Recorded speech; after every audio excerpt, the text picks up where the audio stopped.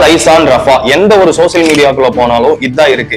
செலிபிரிட்டியா ஆக்ட்ரஸா இருக்கிறவங்க கூட அவங்க ட்விட்டர் பேஜ்ல இதை போஸ்ட் பண்ணிருக்காங்க. ஏன் எல்லோருடைய பார்வையும் ரஃபா மேல இருக்கணும்? ரஃபா அப்படிங்கிறது பலஸ்தீன்ல இருக்கக்கூடிய ஒரு பகுதி. நம்ம எல்லோருக்குமே தெரியும், கிட்டத்தட்ட பல மாசமா பலஸ்தீனுக்கும் இஸ்ரேலுக்கும் மத்தியில போர் நடந்துட்டு இருக்குன்னு. தன்னுடைய தாய் நிலத்தை மீட்பதற்காக தன் உயிரை கொடுத்து போராடக்கூடியவர்கள் தான் பலஸ்தீனியர்கள். தன்னோட சொந்த நாட்டிலேயே அகதியாக்கப்பட்டு வாழ்க்கை இழந்து வாழ்வாதாரத்தை இழந்து எங்க போறது என்ன பண்றதுன்னு தெரியாம ஒரு நேர உணவுக்கு கூட வழி இல்லாம இருக்கக்கூடிய அந்த மக்களை நீங்க ரஃபாக்குள்ள வந்துருங்க, உங்களுக்கு பாதுகாப்பா இருக்கும்னு சொல்லி அழைப்பு கொடுக்குது இஸ்ரேல். ரஃபால டென்ட் போட்டு வாழ்ந்துட்டு இருந்த அந்த மக்கள் மேல இஸ்ரேல் ராணுவம் காட்டுமிராண்டித்தனமா குண்டுகளை போட்டு இன அழிப்பை ஏற்படுத்தி 45 பேருக்கு மேல கொண்டிருக்கானுங்க.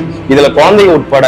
ஒரு குழந்தைய தலையே இல்லாம ஒருத்தர் தூக்கிட்டு இது யாரோட குழந்தைன்னு சொல்லி கேட்டுட்டு இருக்காரு. இப்படிப்பட்ட கொடூரத்தையும் இன அழிப்பையும் செஞ்சுட்டு இருக்கிற இஸ்ரேலுக்கு எதிராகவும் ரஃபால போர் நிறுத்தப்பட வேண்டும்னு மனிதநேயத்தோடு இருக்கிற உலக மக்களால் ட்ரெண்ட் ஆக்கப்பட்டது ஆல் ஐஸ் ஆன் ரஃபா. இந்த பக்கம் ஆயிரக்கணக்கில் லட்சக்கணக்கில் மக்கள் கொல்லப்பட்டு இருக்காங்க. இன்னொரு பக்கம் என்ன நடந்தா நமக்கு என்னன்னு சொல்லி பொத்திட்டு மூடிட்டு இருக்கக்கூடிய அரபு கண்ட்ரிஸ், ஈரான், கத்தாரை தவிர.